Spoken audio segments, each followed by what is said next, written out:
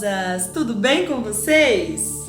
Que bom estar nesse vídeo tão especial com vocês, neste segundo vídeo da nossa série sobre as qualidades da mulher cristã, né?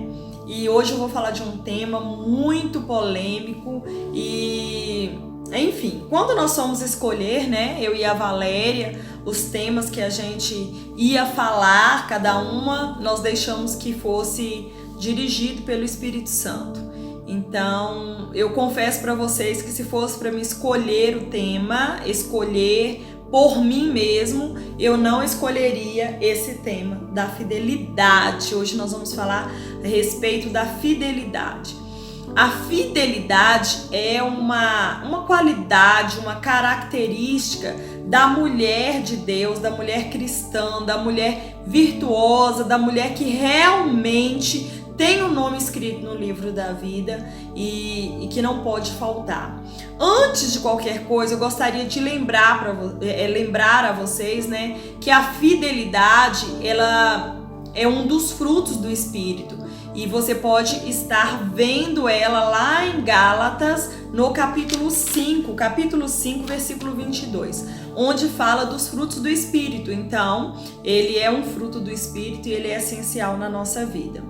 Porém, o que acontece? A fidelidade, ela é muito comparada e ela é muito falada com relação a homem e mulher, com relação a marido e esposa, esposa e marido. Mas a fidelidade, essa fidelidade que eu quero falar hoje com vocês, é uma fidelidade que abrange toda a nossa vida.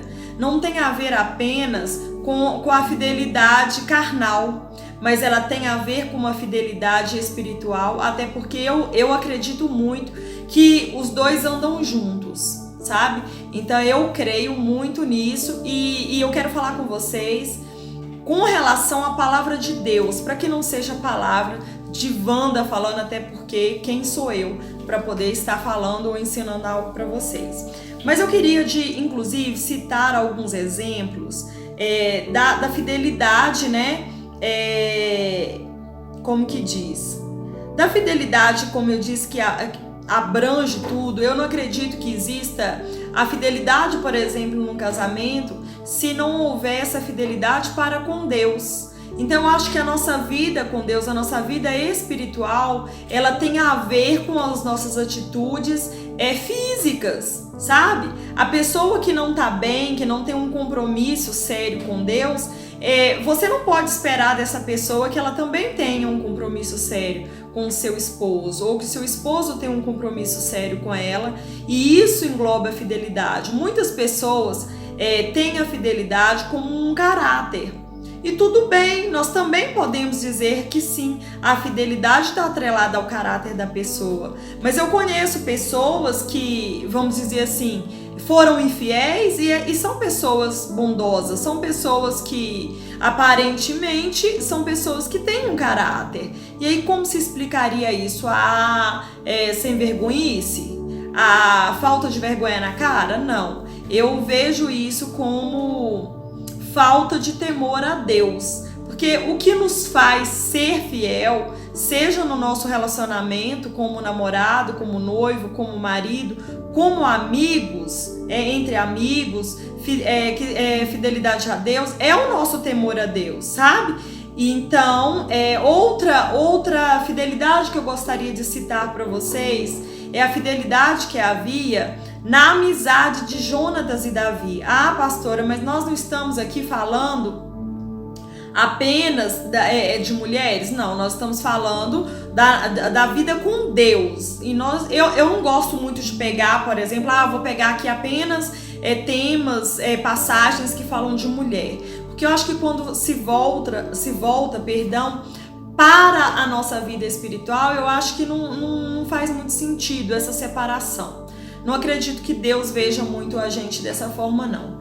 Eu acredito que Deus veja na totalidade. Então, o que acontece? Quando a gente olha, né, para a amizade de Jonatas e Davi, a gente percebe uma fidelidade.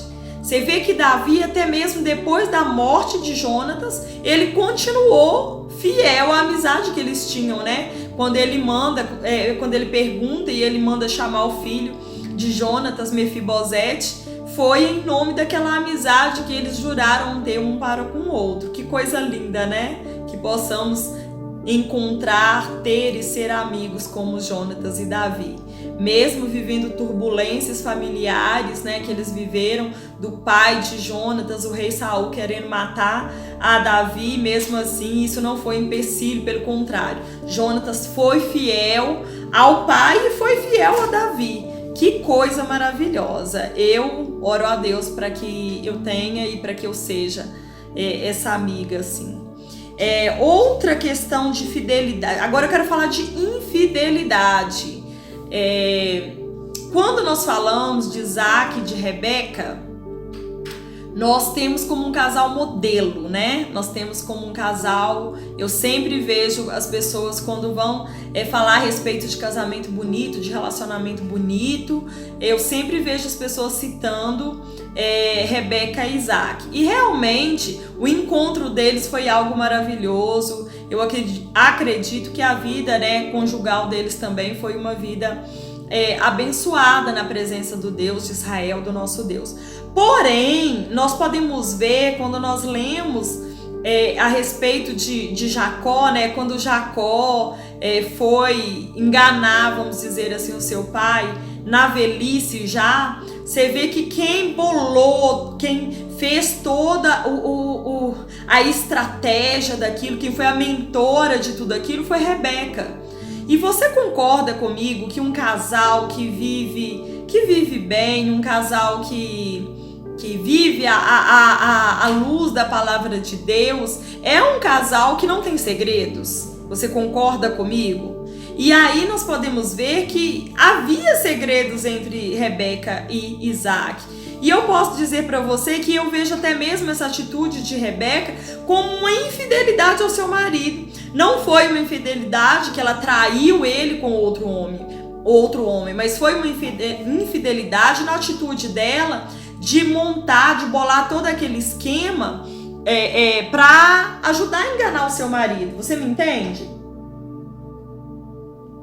Então, vocês estão vendo que a fidelidade, geralmente quando a gente fala em fidelidade, a primeira coisa que a gente pensa é num casal traindo um ao outro. Mas a infidelidade nem sempre ela é demonstrada publicamente. Nós só vimos a infidelidade como infidelidade quando ela é exposta. Mas a infidelidade, ela começa aqui na nossa mente, ela começa no nosso coração.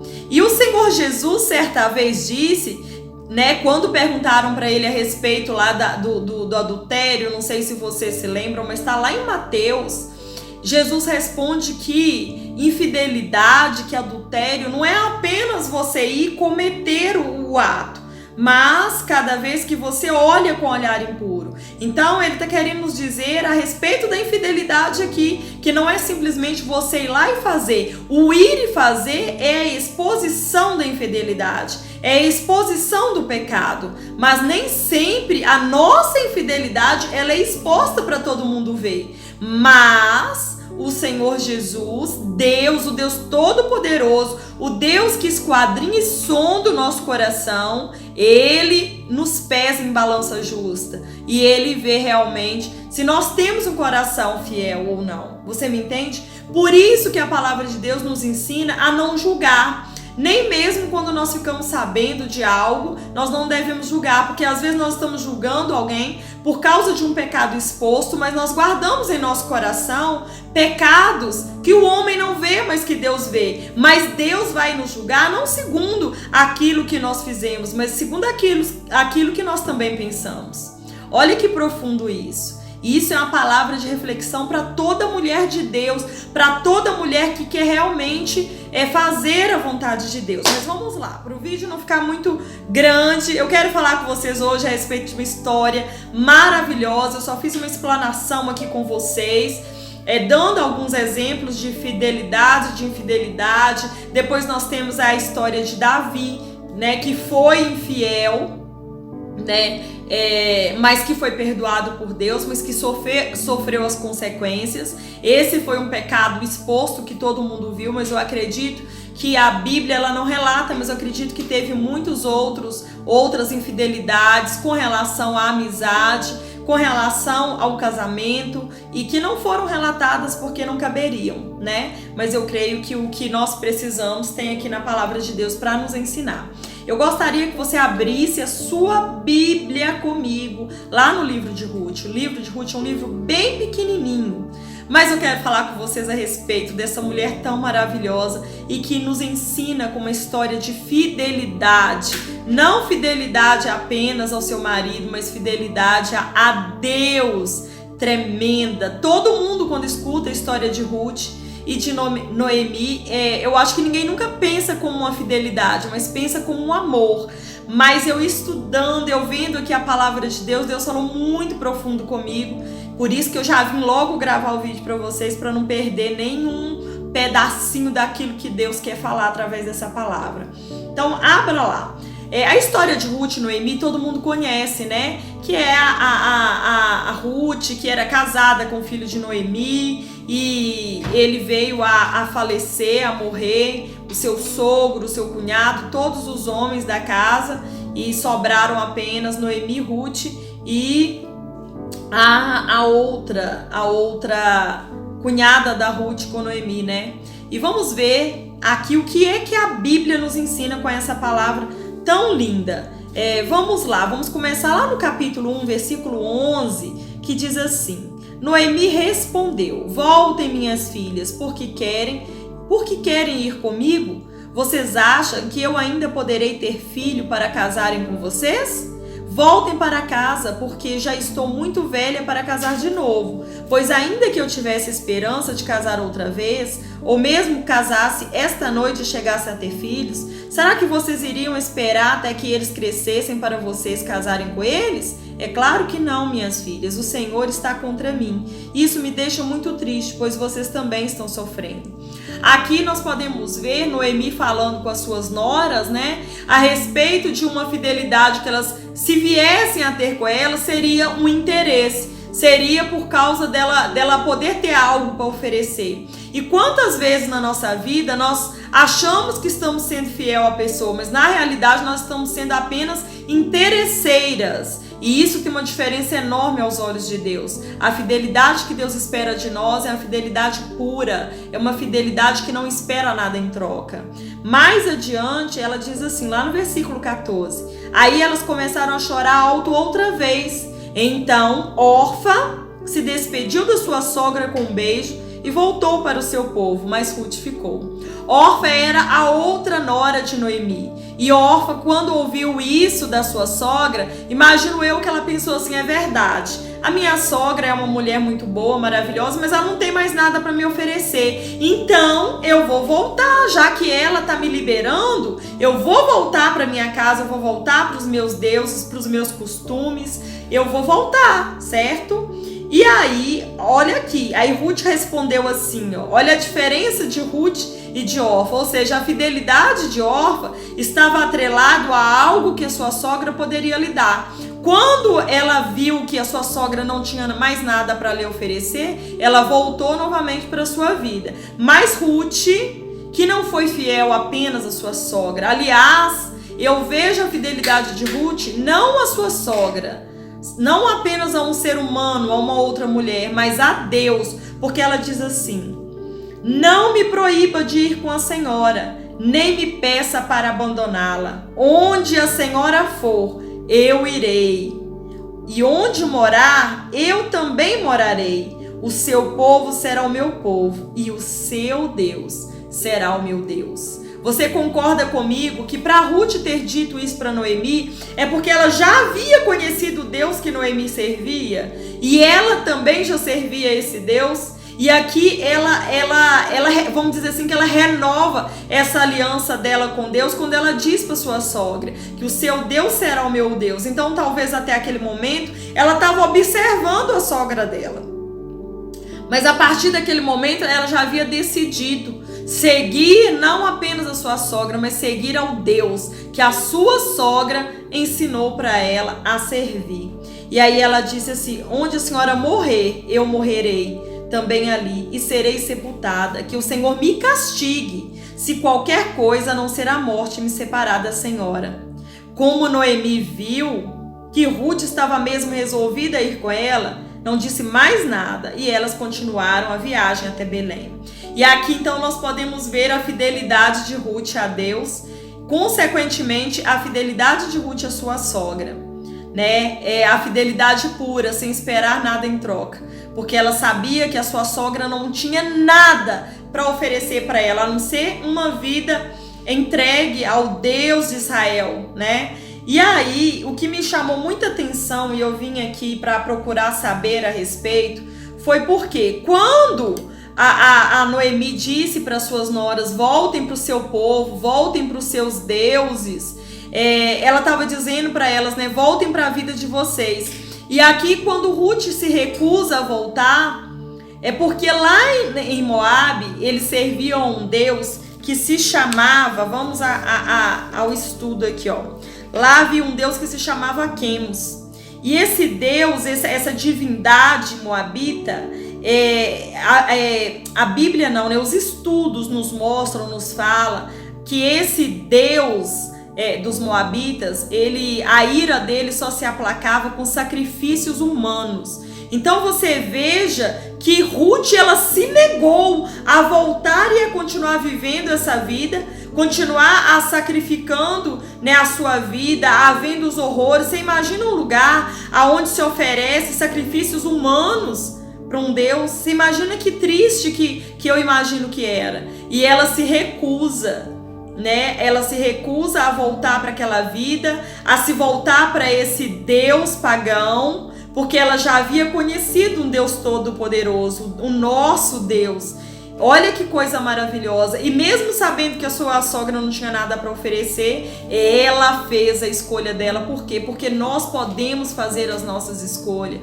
Quantas vezes na nossa vida nós nos deparamos com deuses, com pessoas nos oferecendo outras coisas. E quando nós recusamos por temor a Deus, nós estamos sendo fiel a Deus.